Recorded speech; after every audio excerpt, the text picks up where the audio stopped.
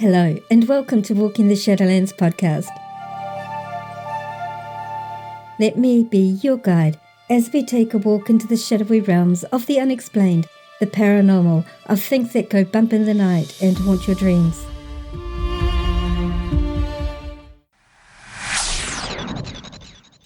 Your hosts?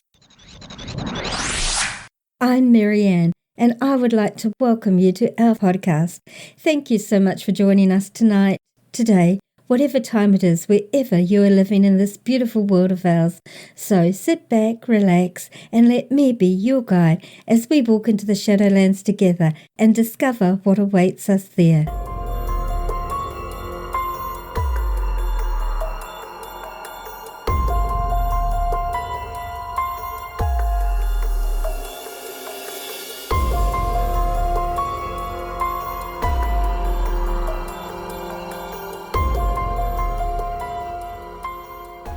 I think most people have felt that wonderful feeling of moving into a new home, new beginnings, a new place to settle down and make your own, new adventures. You move into your home with feelings of positive anticipation and excitement, eager to place your stamp, your personality on this space that's just become yours, looking forward to whatever life may bring you and your family now. But what if your new dream home turns into a nightmare? What if what you thought was an empty, welcoming space is suddenly not so empty or as welcoming as you initially thought? You've sunk all your savings into this place and could not move out even if you wanted to. How would you cope? What would you do? My guest this episode is one such person, one such family who found themselves in this situation. Not having the financial resources to move out, they had to make the best of their situation and co-share their house with unseen guests who let this family know that they were around and that this was their house. What would you do in such a situation? Are you willing to walk with me into this part of the Shadowlands and see what awaits us there? Then let's begin.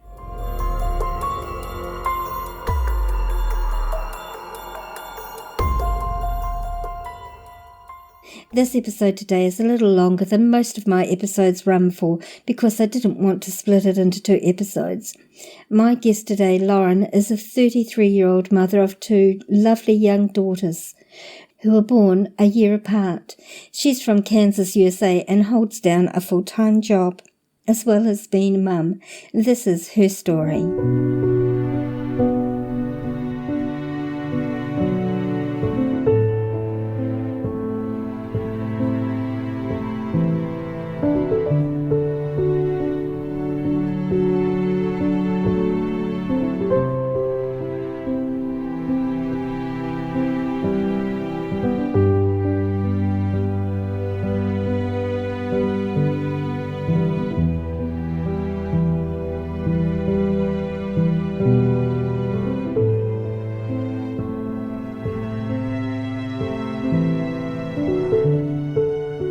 It's really nice to meet you finally, Lauren, and thank you so much for agreeing to talk about your experiences in your home.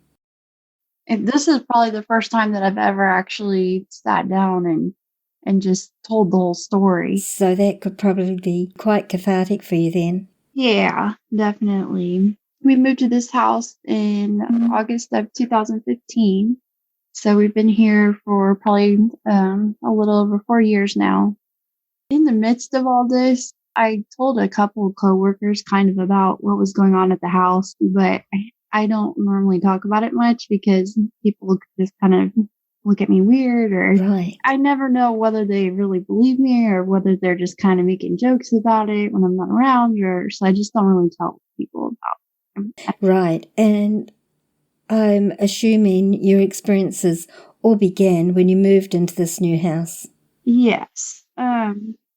Well, I moved here. At the time, I was dating this guy. We had been dating for quite a while. He had gotten a job in this town.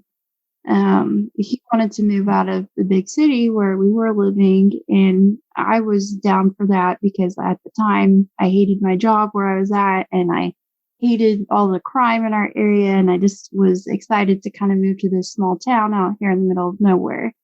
And he said that he knew a guy like through his work, I guess, that had a whole bunch of rental houses, and he had this place that was up for rent, and he wanted to go look at it. And it's a beautiful house. It's big. It's so much bigger than where we were because we were in a small little apartment. The house here, it's 3 bedrooms, has a full finished basement, huge fenced in backyard, attached garage, like everything that we wanted. And it was actually less than what we were paying for our apartment. So Wow. I was shocked at that. When we first walked in and took a look around, I felt nothing off. Like I didn't think anything strange was going on. What really kind of, I guess, our very first clue that there was something odd, it actually wasn't me that said something. It was my boyfriend at the time. He said, have you ever noticed all the weird noises upstairs at night? And our room was downstairs, and then there's 2 bedrooms that are directly above this one. And I said, yeah, I noticed it, but I just kind of, I remember thinking it was the plumbing, Yeah. which doesn't make any sense because there's not like a bathroom in the bedroom. There's no running water in there. I don't know why I thought maybe it was the pipes or something, but I just kind of shrugged it off. I didn't think anything strange of it. Uh, but I did notice, like our landlord, he didn't do any background check or anything.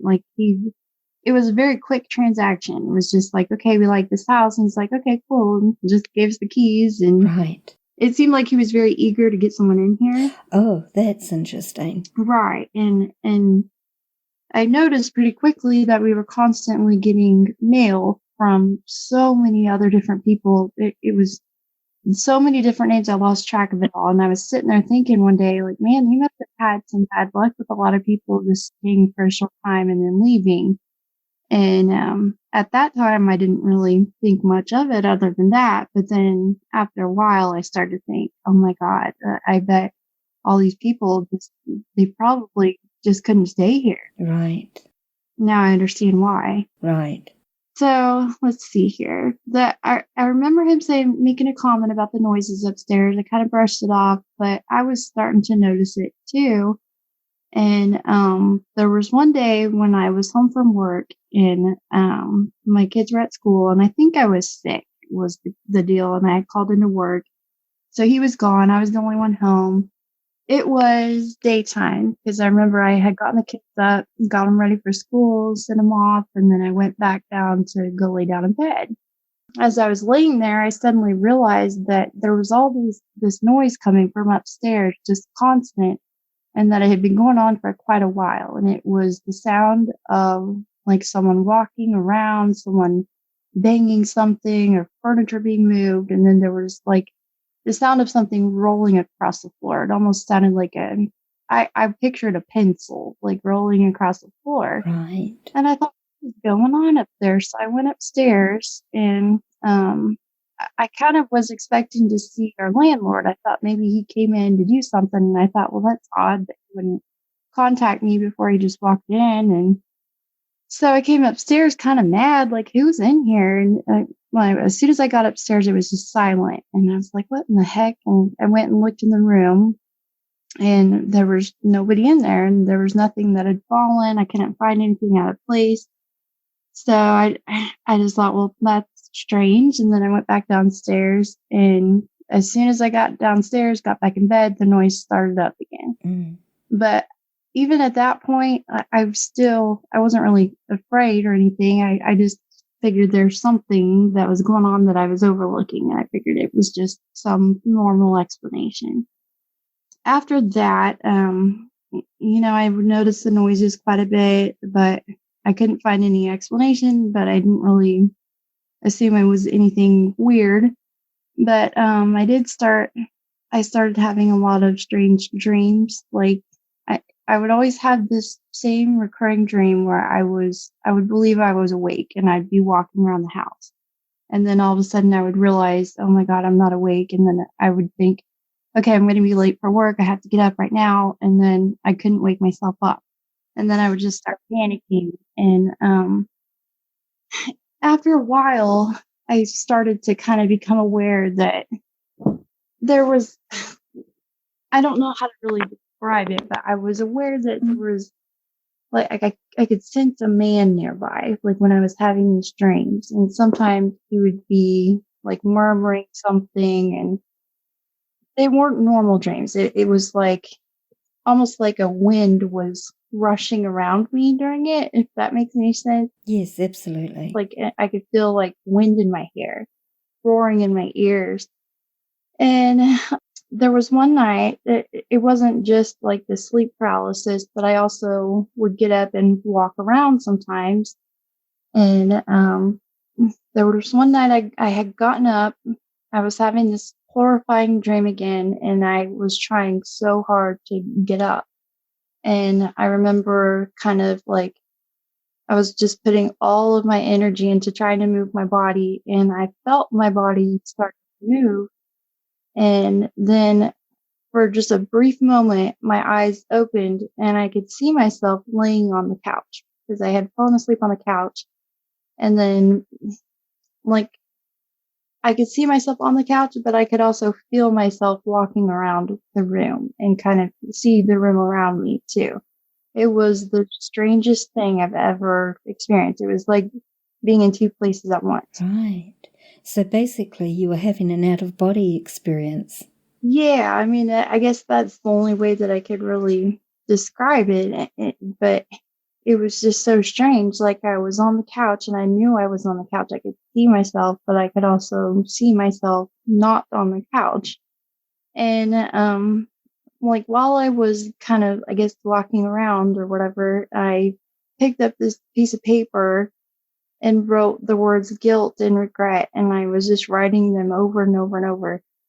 And somehow or another, I finally woke up, and when I did, I realized that I actually had written guilt and regret down on a piece of paper at some point. Wow. So that really started to creep me out.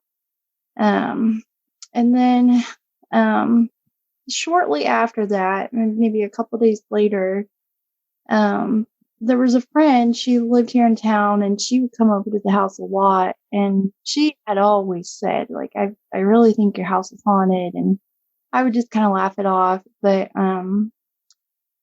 because she was so open to that idea, I guess that I felt comfortable really telling her everything. And I told her about like the sleepwalking and the sleep paralysis, and then the whole guilt and regret thing on the piece of paper.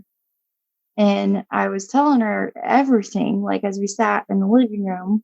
And then after she left, she called me and she said that she had just pulled into her driveway and heard like a knocking sound on the back of her truck. And this particular friend, she carried a gun with her everywhere. Like she always had a gun in her purse. And she thought that there was maybe like a burglar or something out in her driveway. So she pulls the gun out, gets out of the car, and was thinking she was going to find somebody standing there, but there was nobody there. And the knocking just kept going on. Wow. So she ran inside, called me and said, I really think that whatever is in her house just followed me home. And so she told me that I should get a hold of this team of paranormal investigators. There was a local team here in Kansas, and I don't know how she knew about them, but she was the one that really convinced me I should do this. So I got a hold of them, and I kind of told them what was going on, and they agreed to come out. And I remember they came out here, and the first visit was just kind of a getting to know us type deal, and kind of get a feel for the house, take some pictures, like rule out any explainable causes. Like they look for drafty windows or old appliances that might be giving off a lot of EMF and Right. frequency and stuff like that. And we were talking about just general chit chat as we sat in the living room, and they had a K2 meter that was sitting on the coffee table just out in the middle of the room. And it was just sitting there doing nothing. And then they started to ask more questions about what's going on in the house, and I started to tell them, and all of a sudden, as soon as I started to talk about it, the meter starts flashing. And I didn't even know what a K2 meter was, so I wasn't concerned really at that point, but I saw them looking at each other and kind of giving each other these looks, and I was like, "Well, what's that meter doing? What's that mean?" And they said, "Well, it's picking up some kind of frequency, and it seems like, whenever we start talking about what's going on here, that it's like something's poking its head around the corner and trying to listen in." So I remember that just really gave me the shudders, and just thinking like, what the hell could be listening to us, or why would it be listening to us? And from there, they went around and they checked out, trying to find out if there was some source of EMF in the house that was maybe making us feel strange, because they said that can kind of cause you to feel sick. It can cause you to feel like you're being watched. Um, there wasn't anything out of the ordinary. Of course, like the appliances and electrical outlets and stuff were giving a reading. But one of the strangest things was there's this set of windows in my oldest daughter's room, which it's her room, but she's never slept in there because, like, she was so excited to have her own room when we moved here, but for some reason she just would never stay in that room. Right. And I realize now, like, she didn't feel like it was hers. Like, she never felt like that was her area. She felt like it belonged to someone else, I guess. She didn't feel comfortable in there. And so, anyway, in that room, these two windows had a constant EMF reading. And they were asking, well, what's underneath here? What's outside of here? And they went down the basement and they went outside the windows trying to find a source of it, and they couldn't find anything. And that remained constant throughout. I haven't checked recently, but for years it's been there, and I don't know why. And when they took photos throughout the house, those particular windows, and some of the photographs, they had this blue glow to them, and others, they were just normal. So Interesting. never had any reason why that was that way. I still don't have any explanation for that. It was just one of those weird things that, and then they also took another photo in my room, and there was like something in the photograph that kind of looked like a figure sitting on the bed. That was another thing that, and I forgot to mention that part, but I would sometimes feel like my bed was being shaken. Right. Like I'd be in bed and it would start shaking, and I would always look and see if there was an earthquake or something. And 9 times out of 10, there wasn't an earthquake. And so I couldn't figure out why this was happening. But anyway, so they finished up their initial visit, and they said they were going to come back. And it was maybe a couple weeks later when they did come back. One of the guys, his name was, it was spelled like Roth, but he pronounced it Roth. He was kind of like the leader of the group. And he was a really big guy, really tall, broad shoulders. He immediately kind of seemed to become a target for this, whatever was in our house. When he came in that second time, he immediately started to talk about how he felt like a pressure on his shoulders and his neck areas, that he felt like something was squeezing him or pushing down on him somehow. And he was asking, like, he said, who was in here? Is somebody touching me right now? Or I can't remember exactly what he said, but of course this was all being recorded because everything was always recorded. And we played back the recording, and you could hear a man on there saying, they call me the Hulk. They call me the what? Sorry, I didn't quite hear you. They call me the Hulk. Like, right. Like the Incredible Hulk. Like, yeah. And that really scared me because it suddenly all seemed to make sense. Like the way, like, I would hear like furniture being moved or feel furniture being shaken underneath me. And it was like, Right. it was saying, I'm really strong and you don't want to mess with me. Right. And just hearing that voice and those words like that, it was like it made my heart stop. And I instantly was just so terrified for my kids. Like I kept thinking, oh my God, what is in here? Is it going to hurt us? And um, after that, it wasn't long after that when they brought out the spirit box and they were asking, kind of demanding, give us your real name. And we did get a name, just in the same guy's voice, and it was a first and last name. Um, I don't know whether I should say the name because I don't. I know he has some living family members somewhere, even though I haven't really been able to find a lot of them. No, that's okay. Don't say his name. Or you can say it, but I won't hear it. But yeah, so we got his first and last name, and they were asking me, do you know somebody by that name? Is it maybe a family member? And I said, "Yeah, I don't know. It doesn't sound familiar." And so I started looking through my family tree, trying to figure out, do I know this person? And I couldn't find anything. And then suddenly I just had this idea, like, okay, I'm going to go back and look up property records.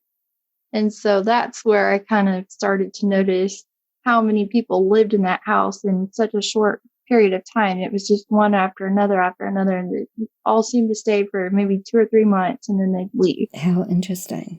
That's never a good sign. But I came to that same name, and I thought, oh my gosh, that is the name of a man who lived here. And even at that point, I don't know why, even at that point, I thought, well, that's probably just a coincidence. And so I called my neighbor because she had lived here her entire life. Her mom grew up here. And I asked her, do you know a man by this name, or did you ever know a man by this name? And she said, yeah, my mom knew him. Why do you ask? And I told her, well, that we got that name on the spirit box. And I said, do you know if he's still alive or what? And she said, well, I'll find out. And so she asked her mom, and her mom had came back and said, no, he passed away several years ago. So that's when I really I was like, okay, maybe there must be something to this, because that's just really odd. Right. Wow. At this stage, it must have made it even more real for you as well. Oh, yeah. Yeah, it did. But honestly, the point where it really became real, I was, I think this was after we had gotten the name. It was a night shortly after they were supposed to come back again. And it was either the night before or the day of. I can't recall exactly. But I was standing in my room, and I was fighting with my boyfriend at the time. We had just gotten into a big argument, and I was downstairs in my room when I was just standing there alone, and I heard this voice saying, "You stupid bitch." And it was just this really angry, like muttering voice, but it was so clear, and it was just right there. And then there was this growl that just kind of filled the room, and I couldn't tell where it was coming from. But I at first thought that maybe it was his dog. He had this little terrier, and I thought it was him that said it, even though he wasn't in the room, but I thought it had to have been him. So I burst through the door, and was just about to come down the stairs. He was at the top. And I said, "Why would you say that to me?" And he was like, "What are you talking about?" And I said, "Don't try to lie to me. Why would you lie about this? I just heard you." And I kept saying, "Why are you lying to me? Why are you trying to make me think that I'm crazy or something?" And he kept insisting, I didn't say a word. I don't know what you're talking about. You are acting crazy. And I came upstairs, and I saw, the first thing I noticed was that his dog was sleeping under the coffee table in his favorite spot, and he hadn't been downstairs. So that's when I really started getting worried. And our fight continued on, and I ended up, I pulled out my camera because I wanted to record him and I wanted to show him how he looked when he was angry. Right. Because I'd been telling him for a long time that he would get out of control angry over the stupidest things. So in my mind, I realized that at the time, I realized that just made it worse. But in my mind, that was my way of just being able to have proof. Like, this is what you're like. Right. I started recording him and, I didn't notice at the time, but when I played the video back, I heard the same man saying, "You stupid bitch," and that same tone, same voice. It was the same guy, and it wasn't either of us. And that's when I really thought, oh my God, this is real. Right. So. And I guess that must have made you feel very threatened. Oh, yeah. And very vulnerable. Yeah. Oh, yeah. Like, I felt like, okay, whatever is in this house doesn't like me. And I had gotten that feeling for a long time. Like, when I would see this guy in my dreams, I felt like he just hated me. Like, he just wanted to make me feel small. Like, he was just taunting. Like, that was the impression I got from him. Right. Hateful, taunting, and just mean. Right. And so I heard that comment, and it really, really scared me. And, it was later on, when the investigators came back again, they had me speak to the psychic over the phone, who was somebody who frequently worked with them. And she actually told me, I can't recall how we got on the subject of that comment, but she said, that comment that he made, that actually wasn't directed at you, that was directed at your boyfriend, because he was abusive to his wife during his lifetime, and he's carried that guilt and regret with him over to the other side. And now he doesn't like the way your boyfriend treats you, and he was calling him a stupid bitch, not you. Well, that's interesting. So why actually would... But the question I have as a medium myself is, why would he say stupid bitch to you and not to your boyfriend? Yeah, that's what I wondered also. I would honestly take that with a grain of salt, to be honest. Yeah. I didn't really believe her at first, because when I heard it, I was downstairs by myself, and it's like, why would he say it down there? I think that I guess the impression that I got is that maybe he told her that he wasn't saying it to me, that he would, but I think at the time, he was angry at me for being in his house. And I think that that's probably a big part of why he said it, or maybe just he was abusive to women and he just didn't like it. I don't know. I'll give you my impressions of him later. I'm sorry for interrupting your flow, Lauren, but I felt I had to talk to that comment. Here's how I work as a medium. I tell you how things are, not what people want to hear, not what you want to hear. Maybe it's the Kiwi, the New Zealander in me, but it's better to give people information straight. Don't sugarcoat it. Don't talk in generalities. And sugarcoating doesn't do anybody any favours. Yeah, that's true. And I tend to feel that, I think her intentions were good, but I tend to feel it was more to comfort you, so you wouldn't feel so personally attacked. I honestly, that's something that I thought about quite a bit. I felt like they all comforted me, and they really all had good intentions, but I feel like they knew, and I kept telling them so many times that there's something else here. It's not just this friendly ghost that you guys are trying to make it out to be. There's something else here that's scaring me. It's scaring my kids. It's making us all comfortable and edgy. With my kids, see, the reason that I began to see him as not threatening is because, well, first of all, I guess I should explain that after when she told me that about like that comment wasn't directed at you, he's guilty and regretful for the way that he treated his wife.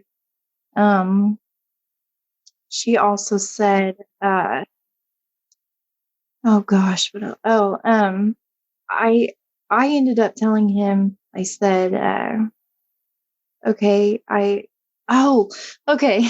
Sorry, I keep losing my train of thought.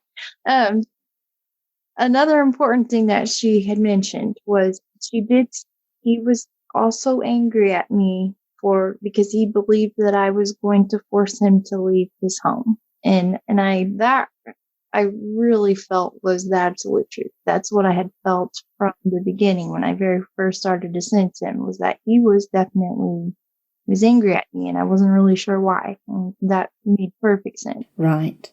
But yeah, I ended up telling him, I understand if you have some unfinished business here, you're not ready to leave. This is your home. This is where you feel comfortable. And I said, you don't have to go as long as you can make me a few promises. And what I had asked of him is, you need to stop bothering me in my sleep. Number one. Number two, don't ever scare my kids, and don't watch us changing clothes or showering or anything like that. Just watch over us like you watch over this house. That's great. You set the ground rules with him. Perfect. All right. And that was my conditions. Like, okay, if you want to be here, I'm going to have to lay some rules out here. And the craziest thing is, the sleepwalking, sleep paralysis, all of it stopped immediately. Right. And this was something that I had complained about to my doctor, my therapist, like all medical professionals. Put me on different medications and stuff like that, and they couldn't find a cause for it. They couldn't find anything that would help it. But as soon as I told him that, it stopped bothering me in my sleep, it stopped. It never happened since then. So that was awesome. That was something that definitely, I know that is pretty hotly debated as to whether sleep paralysis is something paranormal, but I definitely believe that it is now, at least in some cases. In some cases, absolutely it is. In most cases, though, it has definite physiological reasons, but I don't know what the statistics would be, but really does it have spiritual reasons? Mostly it's a physiological response of your body. Mm-hmm. Right. So, yeah, and he didn't scare my kids. He kept his word on that for quite a while. And that's what made him gain my trust, because I thought, okay, he's obviously very strong. He calls himself the Hulk. He can shake furniture, and he can push people and that kind of thing. Right. But he never harmed my kids when he could. So that made me gain some trust for him. There was another incident where I can't remember if this was before or after we learned his name, but the investigators were over and they had him cornered in a room. Like, we were hearing him run up the stairs, down the stairs, and we had just basically spent the whole night kind of running after him, trying to pin him down. And they finally kind of got him in a room where he felt trapped, I guess. And he actually pushed one of the investigators, the big one, and he kind of stumbled backwards a bit, and you could hear like this whoosh as he just like flew past him. Couldn't see anything, but you could hear it, and you could see him stumble back. And he said something just pushed me for sure. So, I mean, he could get physical. Right. There were times when they were over when, I had never felt touched by a ghost before. And I remember asking, like, can you touch me? I'm just curious what it would feel like. And he did. And he just patted my hair, and it wasn't a threatening touch at all. It wasn't menacing, and it wasn't even like cold. Like, people think that when they get touched by a spirit that it's going to be this icy touch, but it wasn't. It just felt like a person just touching my hair. It was the craziest thing.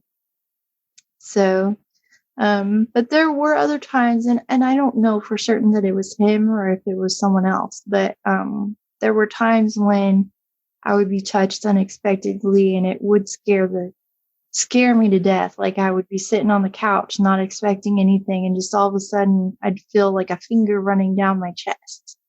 And so that was pretty terrifying. Right. But for the most, didn't bother my kids. But there towards the end, things were really starting to get bad. Like it everything was peaceful for a long while when I was single and it was just me and the girls in the house.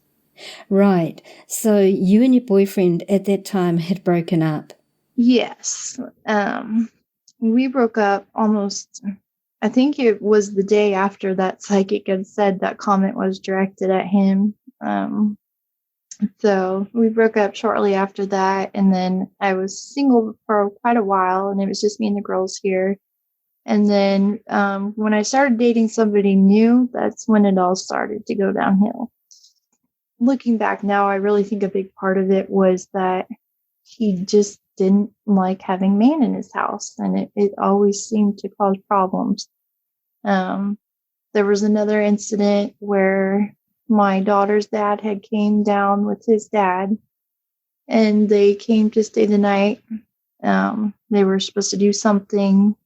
They had some kind of business to do, and they were going to be here for a couple of days, and they were staying at my house. And I remember, like, I heard all this racket going on in that room where the blue glowing windows. And so I went in there and I started recording for a couple minutes, and I didn't listen to it right away. Like, I guess I was kind of scared to listen to it. Right. But I finally did listen to it, and it was the Hulk or the man whispering, "He's in the red, get the right man." And I was thinking, well, what does that mean? And I went back and looked at our photos that we had taken that weekend. We had taken several photos, and their grandpa was wearing a black t-shirt and their dad was wearing a red t-shirt. So I realized then that he was talking about their dad, and I was like, I was talking about their dad. And then I remembered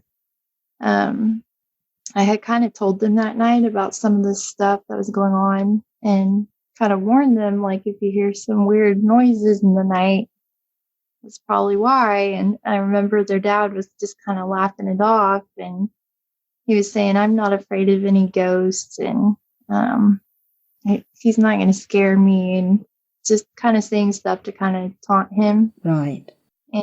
And so that night he went to bed. He slept in the girls' room, and their dad slept in that other room with the weird glowing windows, and he slept totally fine. But I had stayed up late watching TV, and I heard something like stomping across the floor. And I didn't even really bat an eye because I was so used to footsteps at this point that it barely even registered with me. Right. But I remember I at some point I shut off the TV and I went to bed, and then I came back upstairs to get a bottle of water.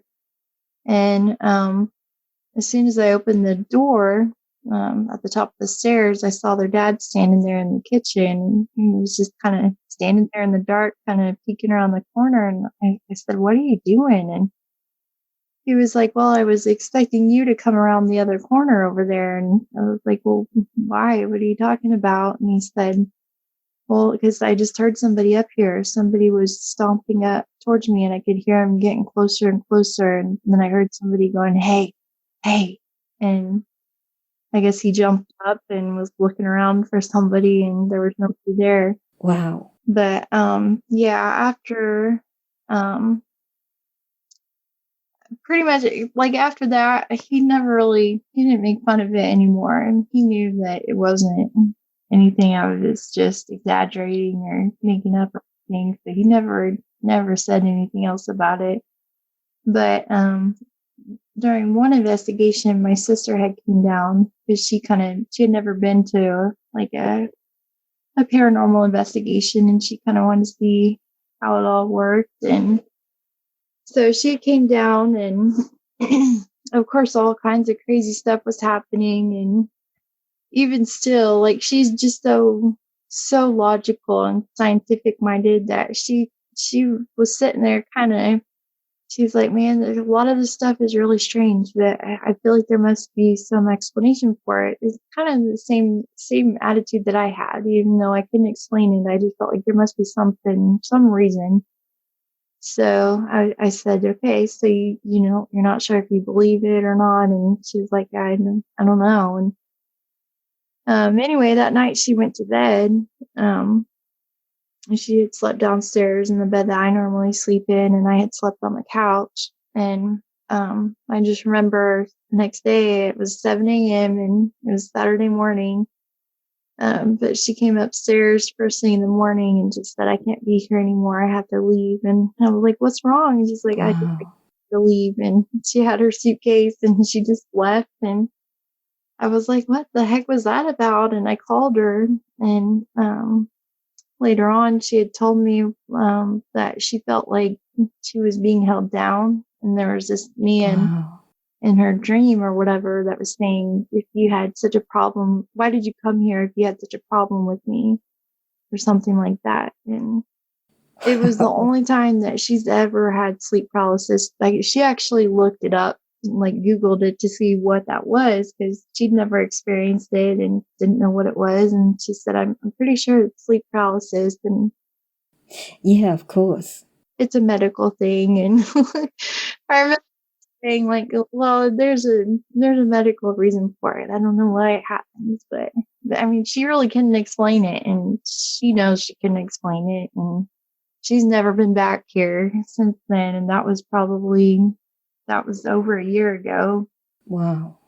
I just thought, like, what are the odds? Because I had never had a problem with sleep paralysis either, and it just kind of blew me away that we would both have sleep paralysis in the same house, same bed, Mm. same scenario. Yes, interesting. Right. Now, let's go back to the investigation team for a little bit. How long did this team come to your house for? Over what period of time?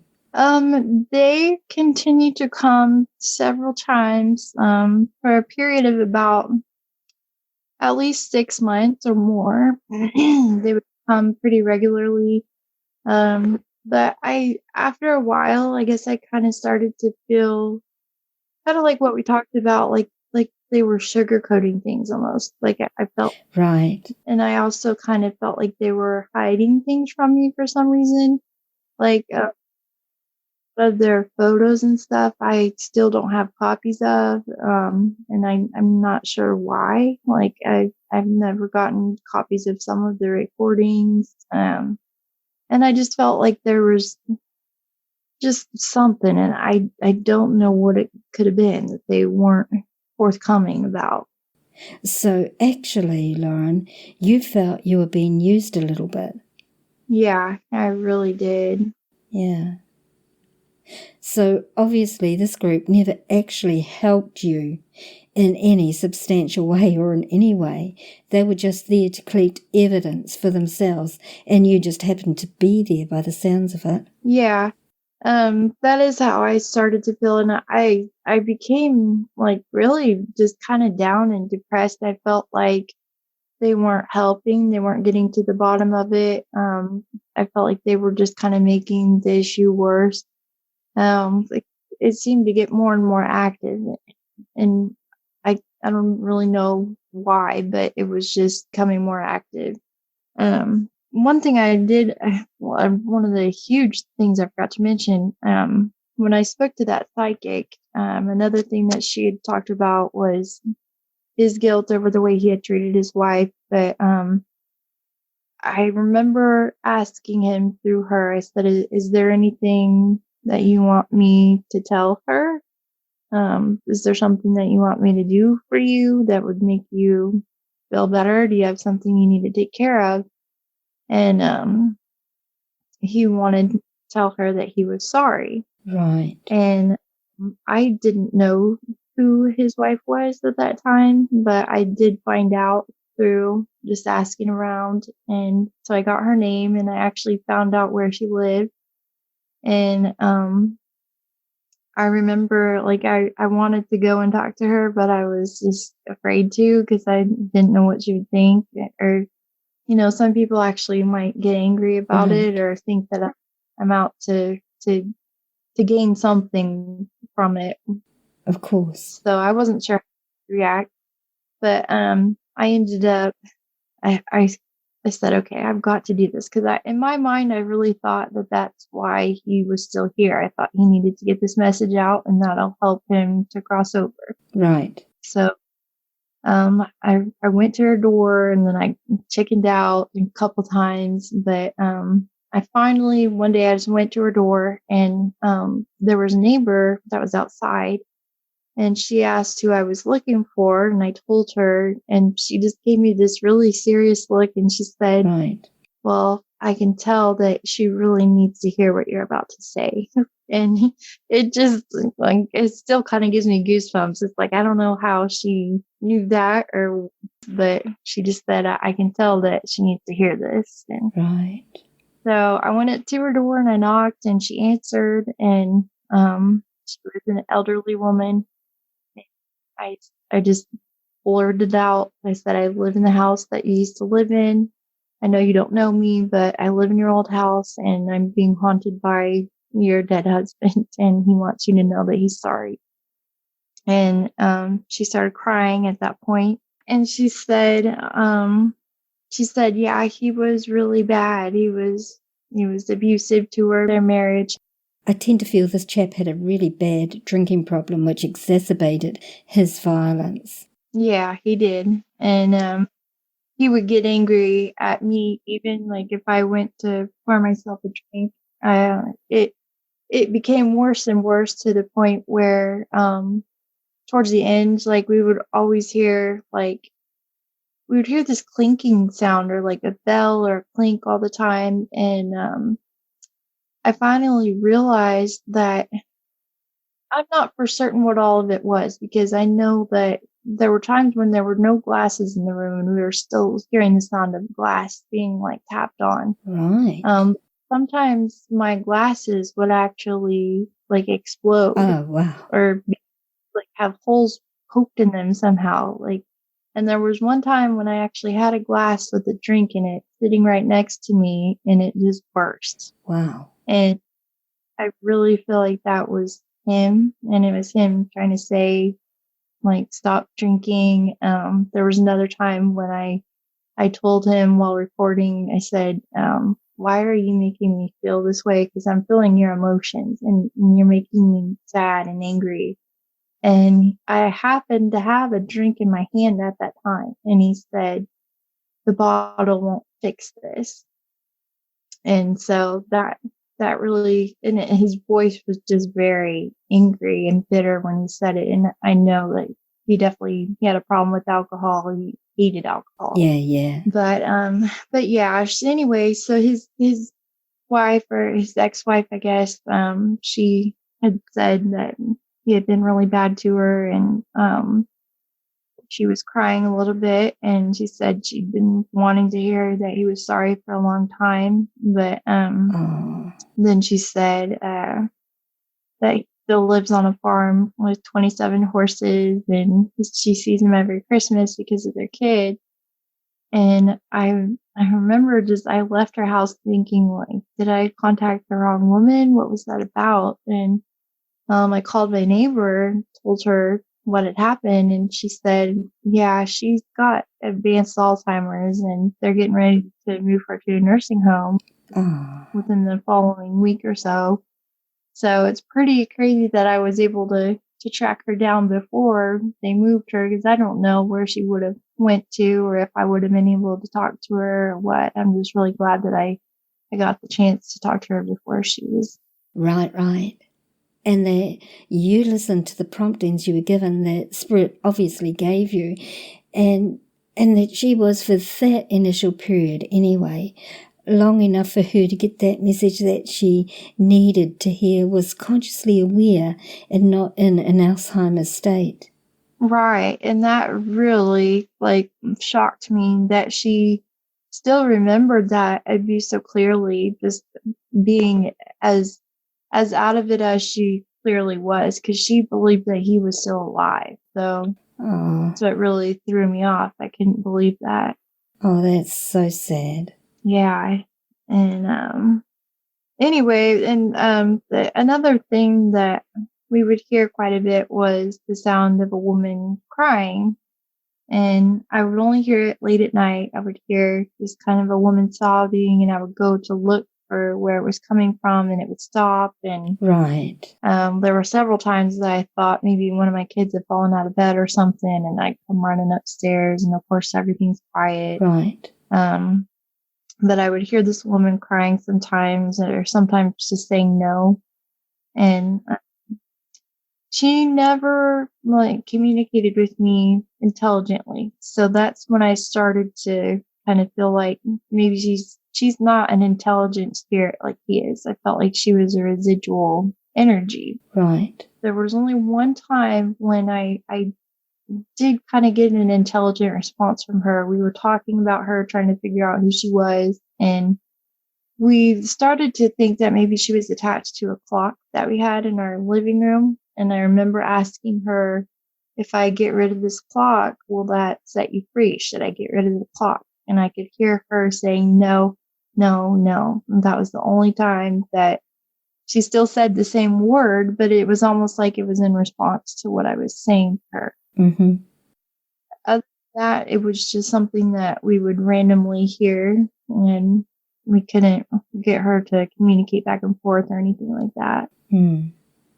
Right. So in your home, you've had footsteps, you've had banging, you've had sleep paralysis episodes, you've had sleepwalking episodes and writing in your sleep. Mm-hmm. You've had disembodied spirit voices. You've had poltergeist activity with your glass exploding. Mm-hmm.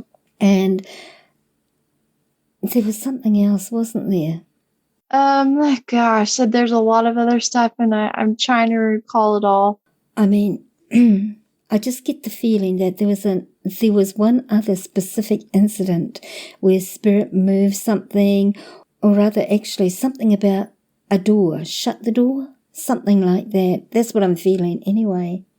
It's funny that you would say shut the door, because there was one incident where I used to constantly sage, trying to get rid of the activity in my house, and it never really seemed to get rid of it. In fact, it seemed like it just stirred it up more. Right. But and I would also record during the sagings, which I probably shouldn't be doing.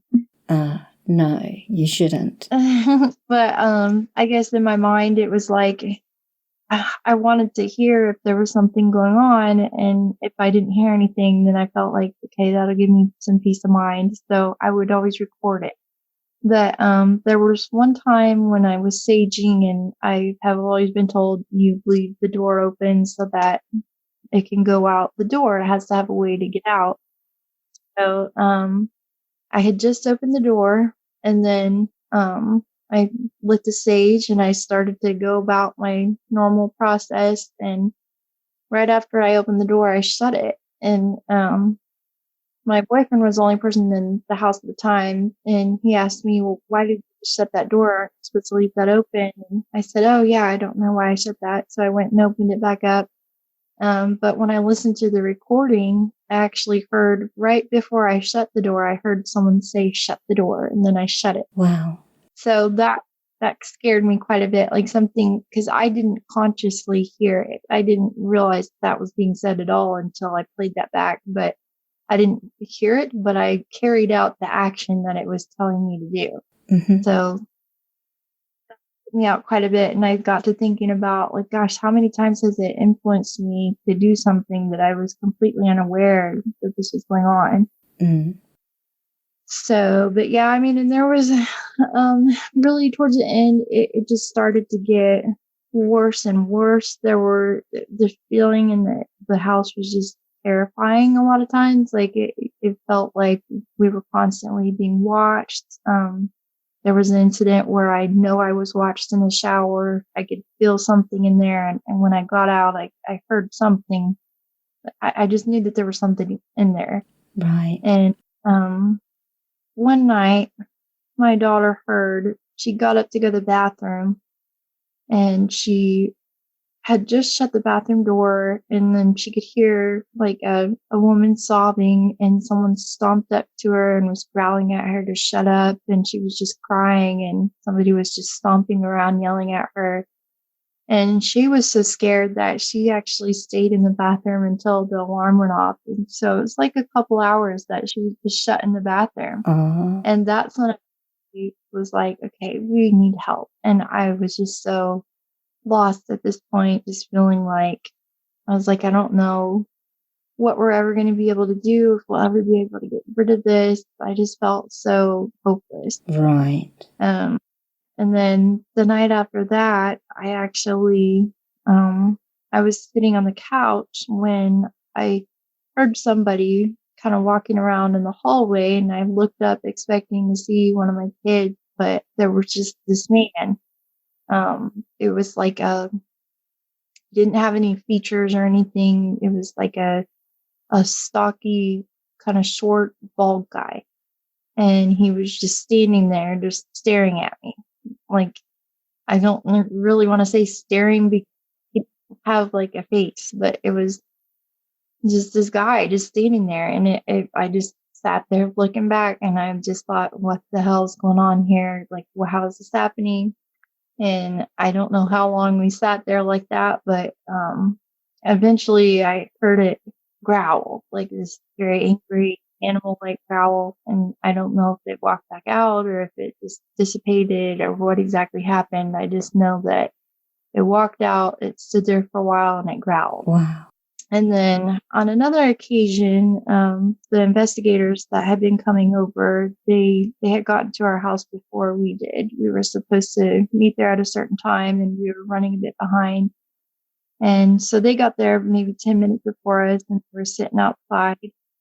And they asked us, I remember I got a text saying, "Are you guys home?" And I said, "No, we're on the way." And when we got there, we realized that they had been sitting out there, and they asked if we were home because they saw somebody through the windows, and they saw kind of almost just like exactly what I saw, like a short, stocky, bald man. Another neighbor that lives across the street from me also commented about she had seen this same short, stocky, bald man Wow. just through the front curtains. So that was pretty awesome. So, do you think that this gentleman that you saw, this man that you saw, this being that you saw was the Hulk? I don't know. To this day, I don't really know because there was another. If it was him, then he could obviously take on different forms because several other people described a man that would peer around the corners, and they described him as kind of looking like Kevin Bacon. Tall and lanky, yeah. They would all describe it kind of like a guy with like spiky hair, kind of from the 80s, and Right. wasn't the same man that they were describing as this short, stocky, bald guy. But several people had said that they'd seen this face looking at them, and then when they look over, it just kind of disappears.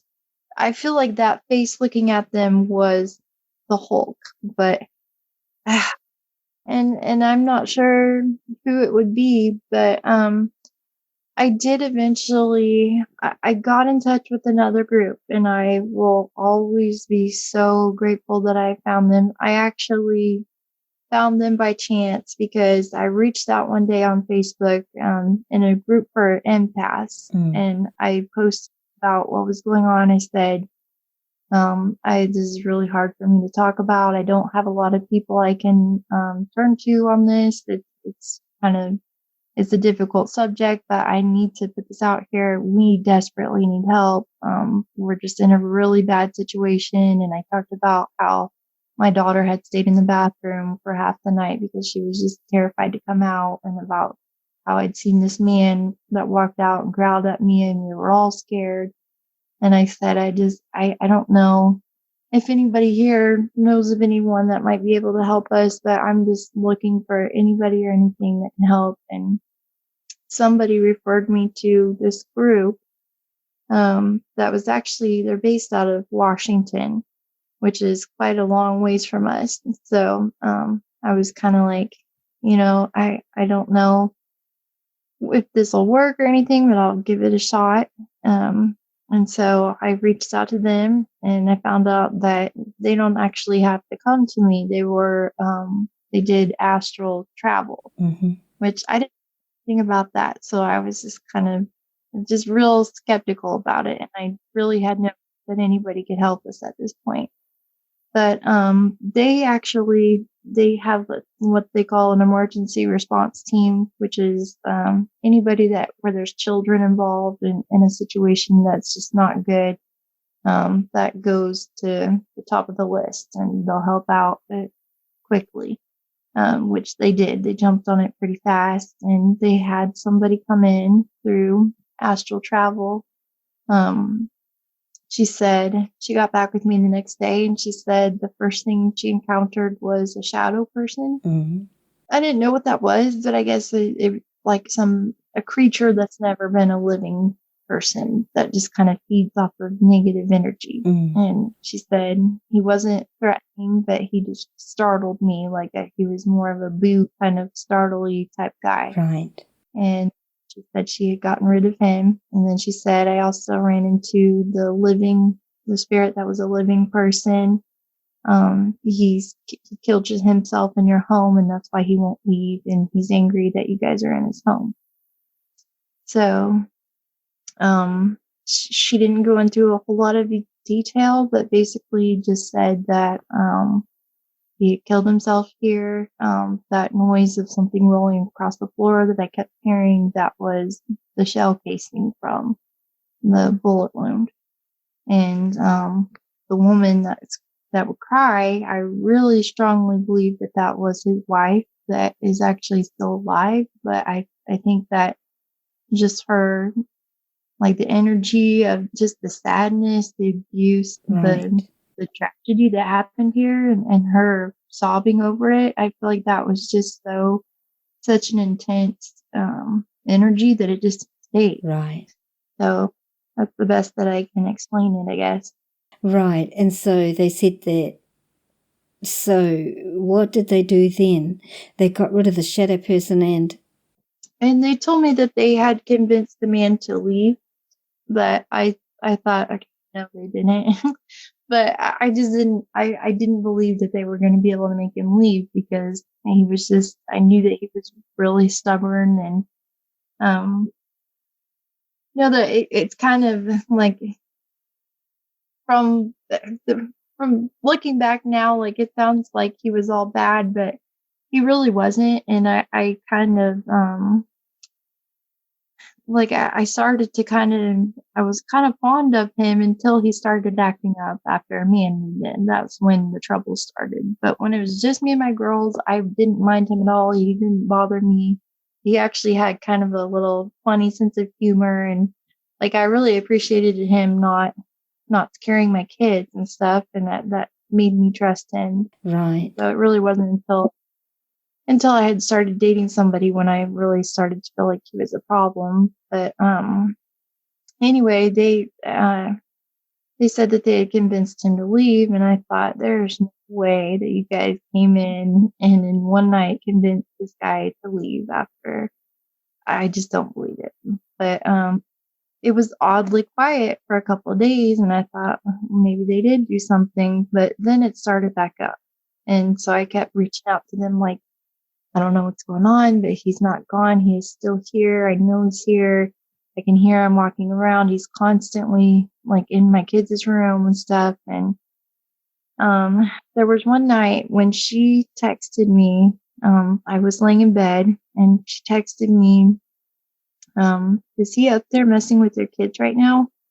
And that's when I knew that she was the real deal, because that was right when I had heard the footsteps start for the night, and he was up there at that time.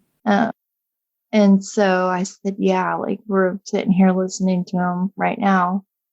And she said, okay, I'm going in there because this is not cool. So she came in, I guess, and talked to him, and she said, well, he should be leaving. He's a stubborn one, but he should be leaving. And it took a while. It probably took, I'd say, probably about 4 to 6 weeks where it just kind of tapered off, and then it's been quiet for the most part. Now and then I'll still hear stuff, but for the most part, it's really tapered off.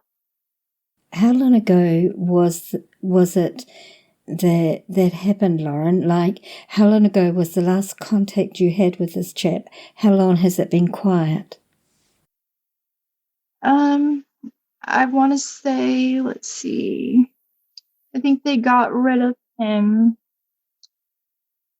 I haven't had any contact with them since May. So it's been almost 5 or 6 months now. Yeah, 6 months and nearly 7. So it's been fairly quiet for you and things have settled down for your girls? Yeah. So I think my oldest especially, she had kind of grown attached to the man. Like she would tell me that she would like sit in her closet whenever she was stressed out, she would always like go to her closet and fall asleep. I don't know why, but she still does it every now and then. She gets real stressed. My son used to do that too. Yeah. But she would go in the closet and she would talk to him, and it made her feel better. And so she was attached to him. She didn't want to see him go, but she understands now for sure that it just wasn't a good situation anymore. When this woman remotely viewed and visited your home, what did she say about the stocky man you saw? She couldn't give me any real answer on that, which kind of, it bothered me, but I didn't ask a whole lot of questions because at that point I just was like, whatever you guys got to do, just do it. I just want this all to end. Like, I want to be able to live a normal life. This is affecting us every day and I can't do it anymore. And, basically another big thing that they advised us to do is to not pay it any attention anymore, to kind of, just, we weren't supposed to record anything. We weren't supposed to use any equipment like EMF detectors. We weren't supposed to acknowledge the things that it was doing to try to get our attention. So we didn't speak about it in the house at all. It was just something that it was a struggle at first, but eventually we got to the point where we were able to just not pay it any mind. Right.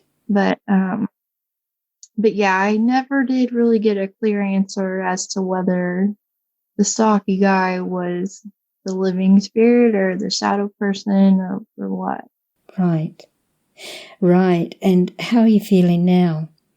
I feel a lot better than I did. But like the past couple of days, there's been some incidents where like I got kind of nervous. Like I heard something in my room yesterday. There was one time where I played a recording because I finally felt safe to go through and listen to all my recordings, and I played one in the house and I immediately heard somebody like stomping up the stairs. And so I shut it off and I said, okay, no more. I'm not going to do that anymore. So it's almost like, it's like PTSD. Like I have to kind of change my life around to avoid triggering any activity, I guess. That's interesting. You shouldn't have to change your life to avoid triggering activities. Right. Here's the thing. This is your space. You have legal rights to the house, and so you shouldn't have to live. Look at it this way, Lauren. If you were living with another person, a guest, this person was in your house, a living person, would you tiptoe around them, walk on eggshells around them in your own home to suit them simply because they are there? No. No. So you shouldn't have to do the same with just because the person's in spirit doesn't give them any more rights over you than it would give a living person. Yeah. Too many people give their power away. Right. They think that because the person's dead, that you have to respect them, that you can't talk ill of them, or that you have to love them even if they were unlovable, if they were by unlovable, I mean most everybody's lovable to some degree or another. I mean if they were people that were really nasty or mean or drunks or abusive or abusers or heavy drug users. Their basic character does not alter once they die until they pass over. And if they're earthbound, if they've remained, then their character stays the same. Yeah. So you treat them like you'd treat a living person. If they deserve your respect, you respect them. I mean, you would still speak to them politely. You would still be like courteous, like you would like to be spoken to, but you don't take any shit. Yeah, exactly. Yeah, so what I'm saying is that you shouldn't have to walk around like that in your own home and feel unsafe still, because obviously you still feel unsafe. So I'm going to give you a couple of ideas or tools that may help you. First of all, you need to claim back your space. Now, I don't know. See, too many people give their power away to groups, to people who think they know more than they do, to religious organizations, and I include spiritual groups in with this as well, when actually you have the power inside you to deal with this. It's just our fears hold us back, and the key to dealing with anything like this is your intent. Your intent is absolutely everything. You have to be crystal clear about what your intent is, because if there's any doubt in your mind, then that is what you're putting out. For example, you're spiritually cleansing energies from your home, but in your mind you're saying to yourself, oh, I hope this works. Oh, I don't think it will. I'm not strong enough, brave enough, good enough. I don't have the authority, etc. So that's the intent you're actually putting out, is you're thinking it won't work, so of course it won't. Do you understand what I'm saying? Yeah, that makes sense. Yeah. So first you claim back your space verbally. This is my home. This is where I live.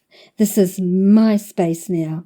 If you come into my space, these are the rules I expect you to follow. And you lay down precisely what you expect, what your boundaries are. For example, such as no causing members in the family to be frightened by their activities. You don't want to hear their footsteps, whatever's comfortable for you. Whatever's going to make you feel safe and secure. And you verbalize your rules like you did initially with him.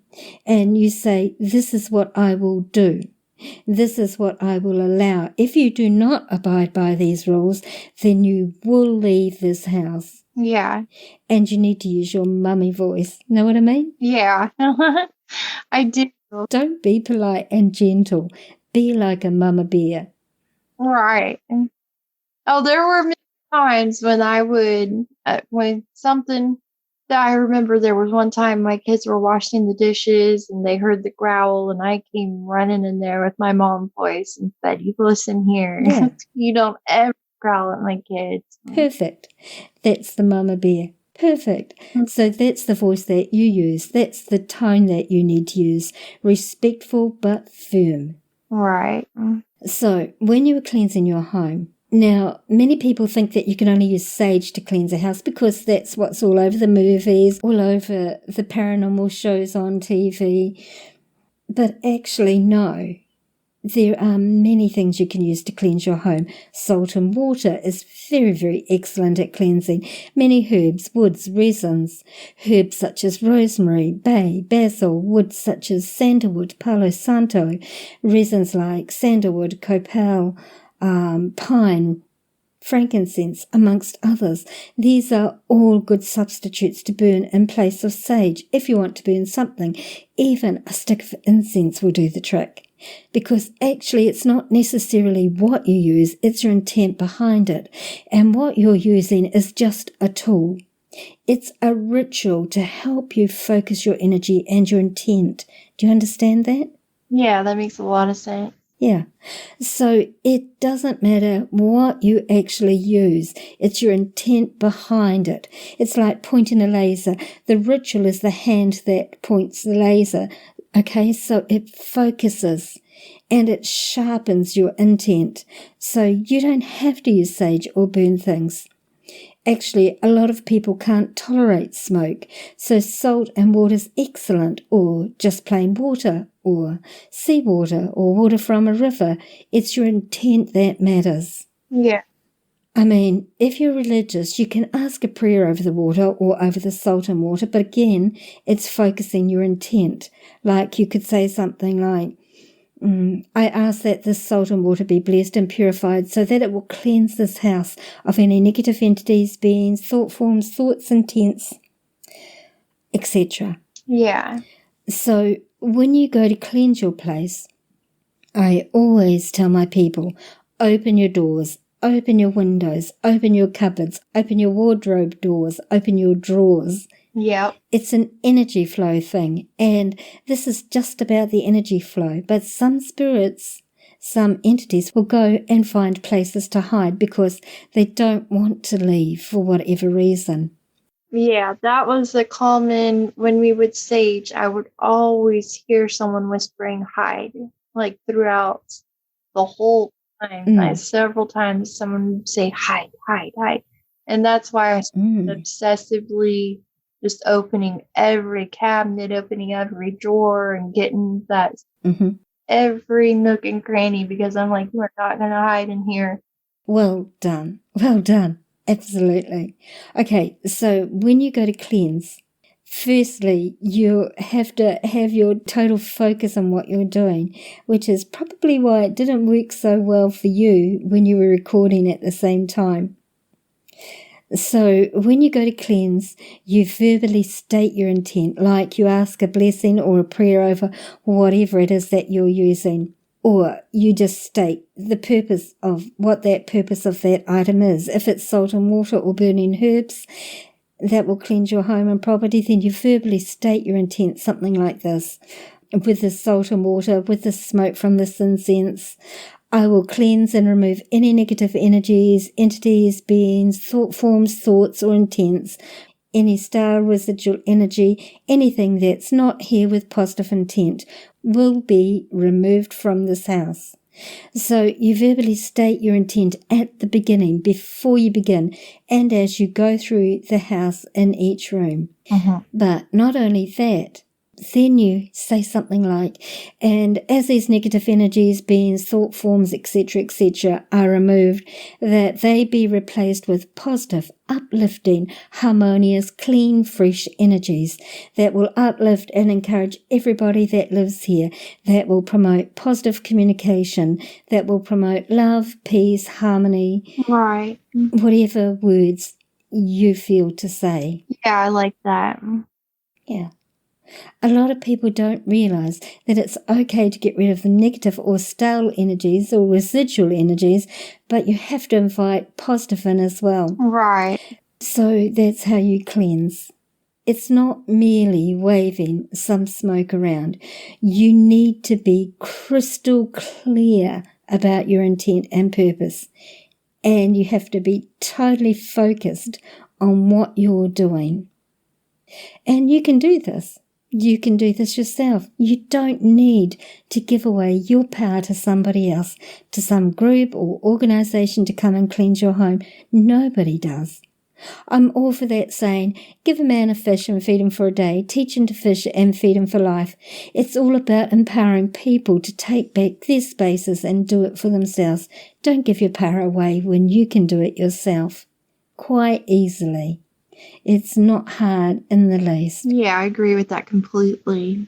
It's actually a good idea, Lauren, to energetically cleanse the energies in your home regularly anyway, because anytime there's an argument in the home, think of old style energies like house dust that settles in the corners of your rooms, on your windowsills, etc. Right. So if there's arguments, then after an argument, you should cleanse the energies in your home. After somebody's been sick in the house, cleanse the energies in your home. Right. Do it on a regular basis. It's as important to cleanse the energies in your home as it is to physically cleanse your house. Yeah. I know it's very late there and you have work in the morning. It's been awesome speaking with you, Lauren. Thanks so much for sharing all that with my listeners and I. What an interesting lot of experiences and pretty scary when you don't know what you're dealing with. Right, for sure. But yeah, no, you helped a lot. I feel a weight off me, so I really appreciate it. Thank you so much too.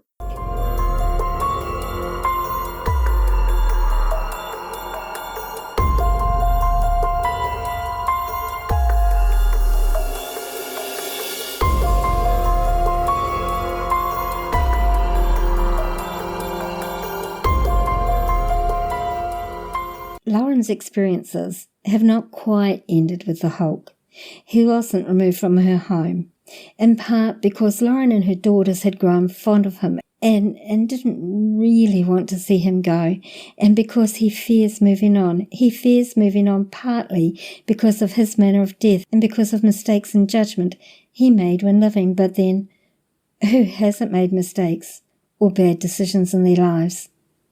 Lauren in particular had not wanted to let him go because she felt compassion for him and had grown fond of him despite her fears. We had quite a large discussion about this, which has not been included in this episode because it's private and personal to her. The only part of that discussion that remains in this episode is the part about cleansing energies from one's home, and I kept it with Lauren's permission because I felt the information might be useful to some of you out there. Lauren now has the tools and knowledge she needs to be able to resolve this ongoing situation to her satisfaction. I feel it's so very important to give people in her situation not only the tools so they can help themselves, but also knowledge. Knowledge is power, and it helps people in her situation to be able to regain their sense of some control over something that until then had been out of their control, at least to their level of understanding at that stage. I've concerns about the first investigation team who came into her home to investigate. It's obvious to me that they were not there to help her, as they offered her no assistance in removing or cleansing her home. They were just there to get evidence, and it left Lauren, after a while, feeling used. This is a bit of a bugbear of mine. By all means investigate, obtain evidence, but help the homeowner. Explain to them what you're doing and why. Give them copies of every scrap of evidence you capture at their home, and do not use it to promote your group in any way without the homeowner's permission. These are simple basic rules really, and one would think common courtesy. And obtain help for them, whatever sort of help they need. Don't leave them stranded.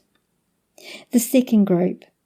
I can hear some of you out there saying, how can this possibly be really helpful? How can it really work? Astral travel, remote viewing? Yes, you can actually help people remotely. You don't always need to be physically present. There's no time or distance for energy. Everything's interconnected really, but you do have to know what it is you're doing. And the lady did think she'd gotten the Hulk to leave, but Lauren really wasn't ready to let him go, despite her fears, and so he stayed, because basically she'd given him permission to stay. Quietly there in the background, but still there in her home. Now Lauren understands he needs to move on, so he can receive the healing he so desperately needs. And she's ready to let him go. She has the tools, she has the knowledge, and I know she absolutely can do this. I'll keep you all updated as she lets me know how things are going with her.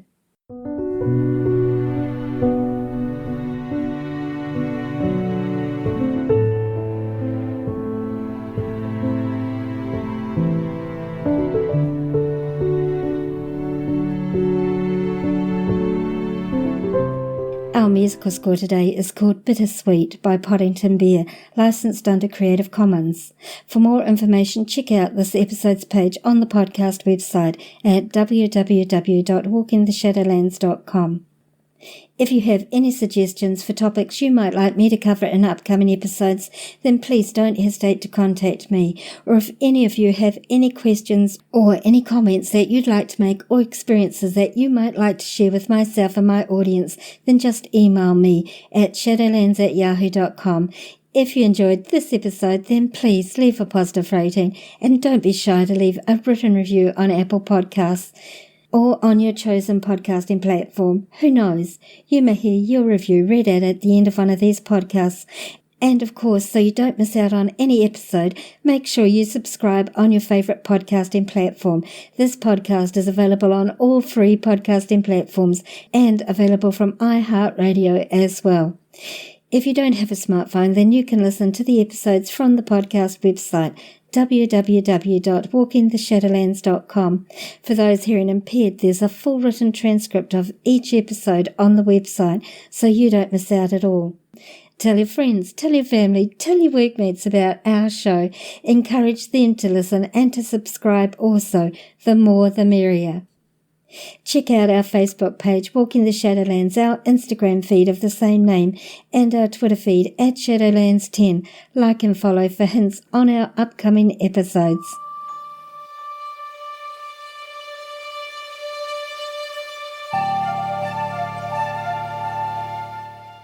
Thank you so much for listening.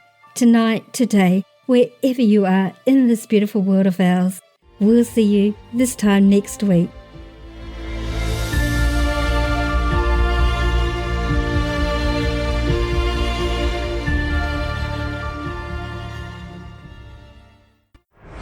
Thanks for listening.